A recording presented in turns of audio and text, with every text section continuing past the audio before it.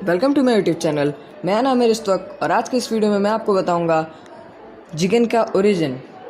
जिगन जिसका इंट्रोडक्शन मैंने अपने पिछले वीडियो में दिया था और बताया था कि जिगन इशिकी ओत्सुत्सुकी के वेसल का काम करता है और कवाकी का अडॉप्टेड डैड है। अगर आपको कवाकी के बारे में नहीं पता है तो ऊपर दिए हुए आई बटन को क्लिक कीजिए। मैंने पहले ही कवाकी के ऊपर एक काफ़ी अच्छी वीडियो बनाई है। तो अब कवाकी की बातें ख़त्म करते हैं और आज का वीडियो शुरू करते हैं।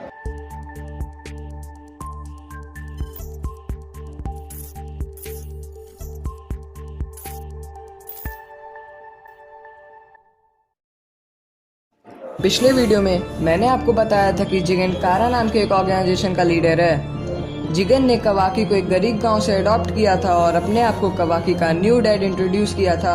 जिगन ने ही कवाकी को कामा सील दिया था, जिसकी वजह से कवाकी इतना पावरफुल है। जिगन ने कामा सील कवाकी के अलावा 13 और बच्चों को भी दिया था, पर इन सब में कवाकी इकलौता सक्सेसफुल रहा। जिगन ने कवाकी को एक लंबे और थकाऊ ट्रेनिंग करवाया, जिसकी वजह से कवाकी काफ़ी पावरफुल निंजा बना और वो कामा सील को भी अच्छी तरह से यूज़ कर सकता था।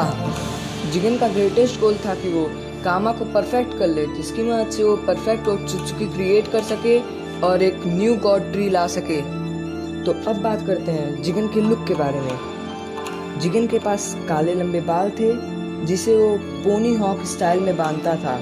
एक ब्रॉड नोज थी, आईज जिसकी आइरिस लार्ज ब्लैक थी और प्यूपिल के साथ ब्लेंड दिखती थी और स्किन थोड़ी पीली थी। जिगन के चिन पे एक डायमंड शेप का कामा मार्क था और जब वो एक्टिवेट होता था तो चिन आईज और पूरी बॉडी पे फैल जाता था वर्टिकल सनब्रश के पैटर्न में। उसकी लेफ्ट आई के नीचे एक टैटू था जिसपे 4 लिखा था रोमन लेटर में। उसके स्टमक के पास का एरिया पूरा ब्लैक दिखता था।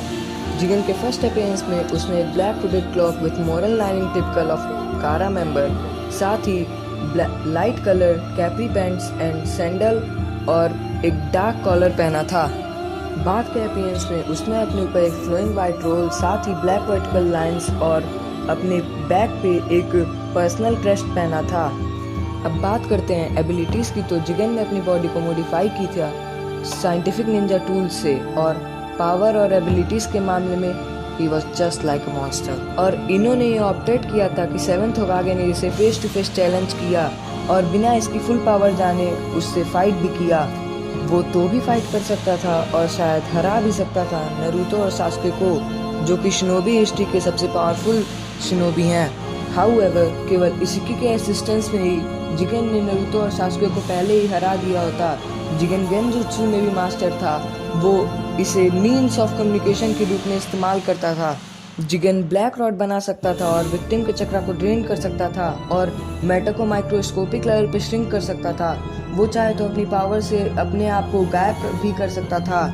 उसका गायब होना रियल इनविजिबिलिटी नहीं है बल्कि एक टाइप का टेलीपोर्टेशन है। वो इतनी ज़्यादा स्पीड में भी दौड़ सकता था कि नारुतो और सास्के भी नहीं उसे देख सकते थे। उसकी एबिलिटीज़ की लिमिटेशन अभी तक अननोन है, पर हो सकता है आने वाली वॉल्यूम में उसके बारे में और बताया जाए। पर इतनी ज़्यादा पावर के बाद भी उसका मूवमेंट माइक्रोस्कोपिक लेवल पे भी सास्के ट्रैक कर सकता था, थैंक्स टू शारिंगन। इन सब पावर के अलावा जिगन स्पेस टाइम निंजुत्सु भी यूज़ कर सकता है, जस्ट लाइक कागुया। वो डिमेंशन चेंज कर सकता है और जो अटैक्स वो डॉज नहीं कर सकता वो उसे टेलीपोर्ट कर सकता है। उसके पास खुद का भी एक डायमेंशन है। वो अपने डिमेंशन में अपने दुश्मनों को बड़े सीलिंग कोफिन में सील कर देता है। हो सकता है उसने नारुतो को वहीं सील किया हो। जिगन वेपन कॉम्बैट और हैंड टू हैंड दोनों में एक्सपर्ट है। नारुतो के 6 पाथ सेज मोड में उसे किक मारने पर भी उसके ऊपर एक स्क्रैच भी नहीं आया। हालांकि नारुतो और सास्के से लड़ने के बाद उसे 2 दिन रेस्ट करना पड़ा। जिगन के पास नारुतो के 6 पाथ सेज मोड के कंपेयर में काफी ज्यादा पावरफुल चक्रा है। कामा के अलावा भी उसकी सिनिस्टर चक्रा इनो यामांका को डराने के लिए काफी थी। फिर भी इनो को उसके चक्रा का कुछ झलक देखने को मिला था, जिसमें उसने डेल्टा के चक्रा को सेंस किया था। नारुतो और सास्के से लंबे बैटल के बावजूद भी वो कामा को अच्छी तरह से यूज कर सकता था। हालांकि ज्यादा देर तक कामा पावर यूज करने के बाद वो काफी वीक हो जाता था।